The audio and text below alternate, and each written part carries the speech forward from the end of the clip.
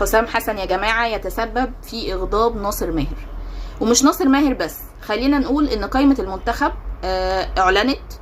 طبعا الكلام ده من ساعتين تقريبا، وللأسف القائمة يعني سببت جدل كبير على مواقع السوشيال ميديا كلها، وكل الناس اعترضت عشان في يعني مش عايزة أقول في مجاملات حصلت.